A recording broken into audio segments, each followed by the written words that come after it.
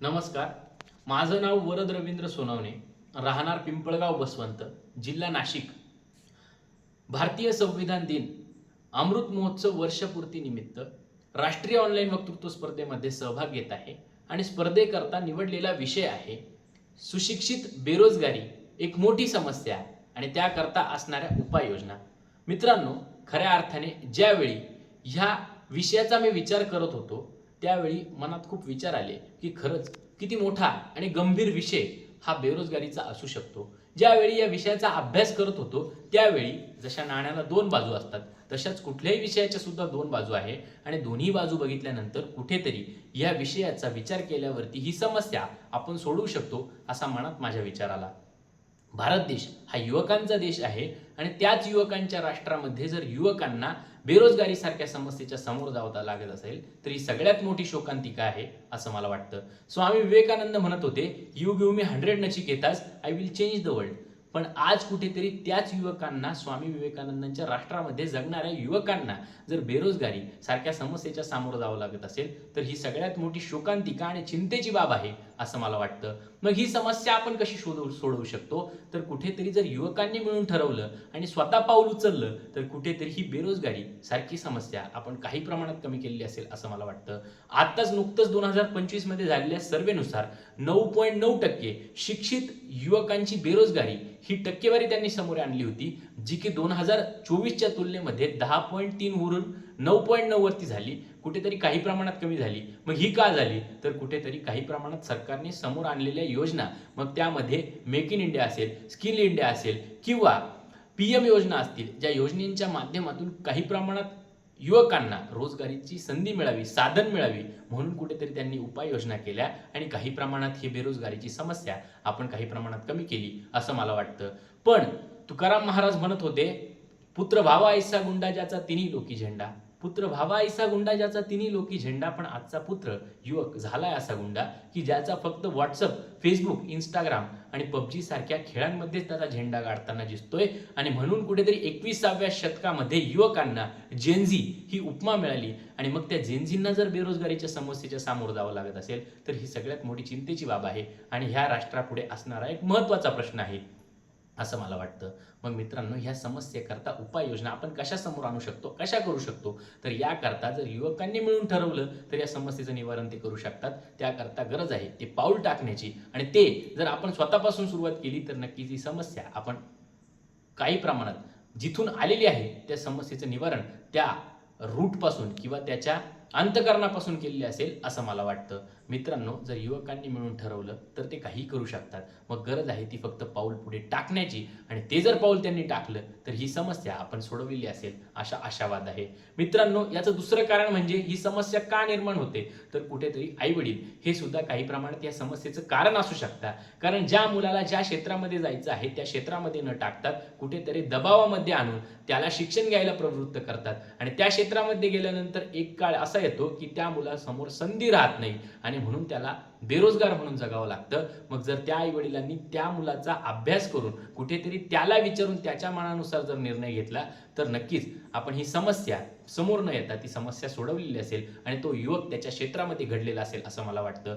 जर असंच प्रत्येक आई वडिलांनी केलं असतं तर कुठेतरी क्रिकेटच्या क्षेत्रामध्ये विराट कोहली सारखा खेळाडू आपल्याला मिळाला नसता, पी.व्ही. सिंधू सारखी खेळाडू आपल्याला मिळाली नसती. मग जर ह्या लोकांनी बिना शिक्षणाचं त्या क्षेत्रामध्ये जर प्रगती केली तर नक्कीच आपल्या भारत देशातील युवक सुद्धा अनेक आणि विविध क्षेत्रामध्ये प्रगती करू शकतो. फक्त गरज आहे त्याने त्या संधीवरती फायदा घेत त्या संधीचं सोनं करण्याची. मग तो कसं करू शकतो तर कुठेतरी स्वतःचं आत्मपरीक्षण करून आणि कुठेतरी ही बेरोजगारी सारखी समस्या तो त्या समस्येचं निवारण शोधू शकतो असं मला वाटतं. मित्रांनो, हेच नाही तर आपला भारत देश हा कृषीप्रधान देश म्हणून ओळखला जातो, शेतकऱ्यांचा देश म्हणून ओळखला जातो. पण त्याच शेतकऱ्याच्या मुलाला जर बेरोजगारीच्या सामोरं जावं लागत असेल तर हा सगळ्यात मोठ्या चिंतेची बाब आहे आणि शोकांतिकेचा प्रश्न आहे असं मला वाटतं. मग त्या मुलांनी काय करायला हवं?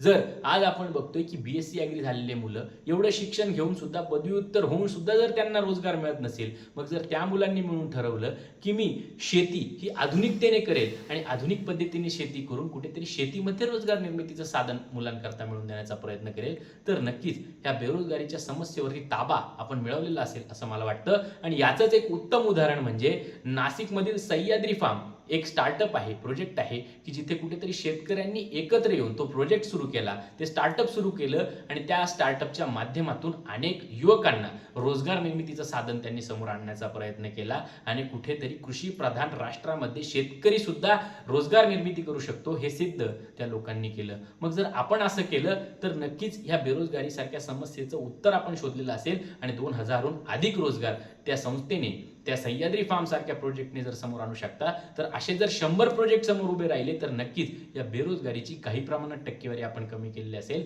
असं मला वाटतं.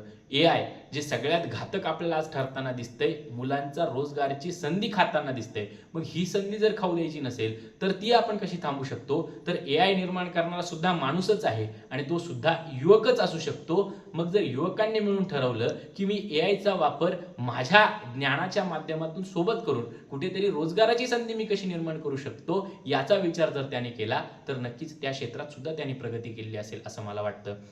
मित्रांनो, आज सुद्धा आपण बघतोय की आपली जी भारतातील शिक्षण पद्धती आहे त्यामध्ये पुस्तकी ज्ञानाचा जास्त वापर होताना दिसतोय, जे की वास्तविक ज्ञानाच्या तुलनेमध्ये कमी आहे. मग वास्तविक ज्ञान जर त्या मुलाला मिळालंच नाही तर त्याची प्रगती होणार कशी? आणि हे जे अंतर आहे पुस्तकी ज्ञान आणि वास्तविक ज्ञान हे जर आपण कमी केलं तर नक्कीच त्या मुलाचा बेरोजगारीचा प्रश्न हा सुटलेला असेल आणि त्याने स्वतः करता रोजगार निर्माण करण्याचं काम त्याने वैयक्तिक केलेलं असेल असं मला वाटतं. आणि याचंच उदाहरण म्हणजे सोनम वांगचुक यांनी लेह लडाखमध्ये वास्तविक शाळा मुलांकरता निर्माण केली आणि कुठेतरी वास्तविक शिक्षण त्यांना देण्याचा प्रयत्न केला आणि त्या शिक्षणाच्या माध्यमातून पदवी न मिळवता त्या मुलाला ज्याची खऱ्या अर्थाने गरज आहे, जे शिक्षण त्याला समाजामध्ये घडू शकतं, रोजगार निर्मिती करण्याचं साधन देऊ शकतं, ते साधन त्या शाळेच्या माध्यमातून त्यांनी निर्माण करून देण्याचं काम केलं आणि कुठेतरी त्या कामाच्या माध्यमातून आज आपण बघतोय की ती मुलं वास्तविकदृष्ट्या शिकून स्वतः करता रोजगार निर्मितीची संधी शोधताना दिसत आहे. मग अशा जर उपाययोजना आपण शोधल्या तर नक्कीच आपण त्या दिशेने वाटचाल केली असेल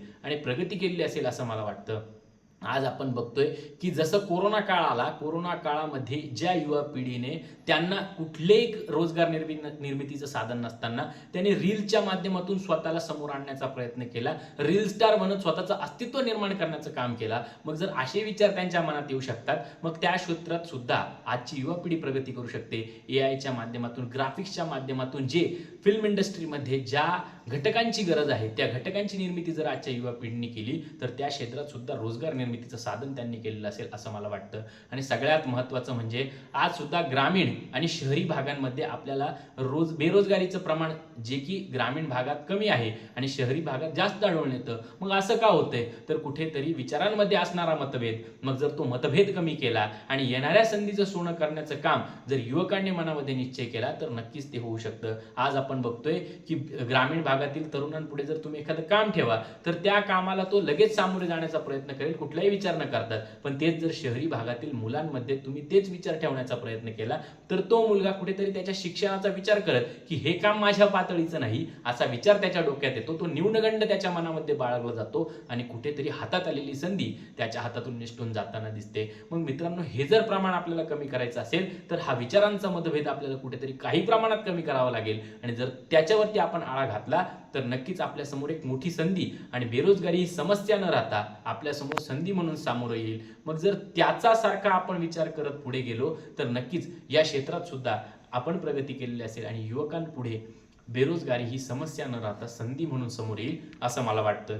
हेच नाही तर जर युवकांनी ठरवलं तर ते काहीही करू शकतात, पण युवकांना तो विचारधारणा मनामध्ये आणण्याची गरज आहे. आज आपण बघतोय की जर एखाद्या क्षेत्रात मला रोजगार निर्मितीचं साधन मिळत नसेल तर त्या क्षेत्रातच पुढे न जाता तुम्ही कुठेतरी वाव शोधत इतर क्षेत्रांमध्ये तुमची प्रगती होऊ शकता का, त्या क्षेत्रांचा विचार करत जर तुम्ही पुढे जाण्याचा प्रयत्न केला तर नक्कीच तुम्ही त्या क्षेत्रात सुद्धा रोजगार निर्मिती करू शकता असं मला वाटतं. हेच नाही, जर मी माझ्या बाबतीत विचार केला आणि जर मला भविष्यात जाऊन रोजगार निर्मितीची संधी मिळाली नाही किंवा बेरोजगारीचा शिकार मी झालो तर मी त्या ठिकाणी खचून न जाता, स्वतःचं मनोबल न तोडता जर मी त्यातून वाव शोधत उत्तर शोधण्याचा प्रयत्न केला तर नक्कीच मी रोजगार निर्मिती करू शकतो असं मला वाटतं. मग त्याकरता गरज आहे तर कुठेतरी एक ठाम पाऊल टाकण्याची आणि ती जर पाऊलाची टाकण्याची सुरुवात जर आपण स्वतःपासून केली तर नक्कीच ह्या बेरोजगारी सारख्या समस्येचं उदाहरण किंवा निवारण आपण स्वतः बनलेलो असू आणि ते निवारण शोधण्याचा प्रयत्न आपण केलेला असेल असा आशावाद आहे.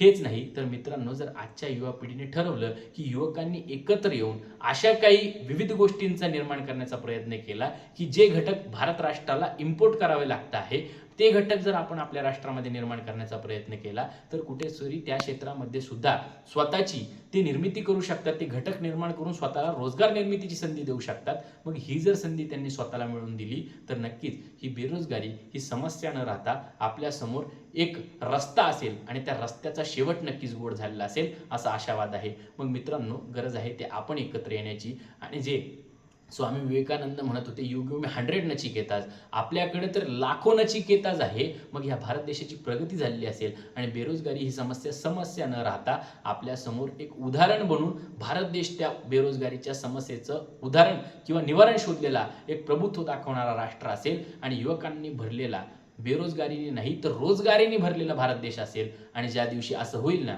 त्यावेळेला ही समस्या न राहता भारत देशाचा विजय असेल आणि नक्कीच भारताने आपलं प्रभुत्व दाखवलेलं असेल असं मला वाटतं. आणि याची सुरुवात मी माझ्यापासून करेल एवढाच एक आशावाद आहे. एवढं बोलतो आणि माझं भाषण थांबवतो. धन्यवाद.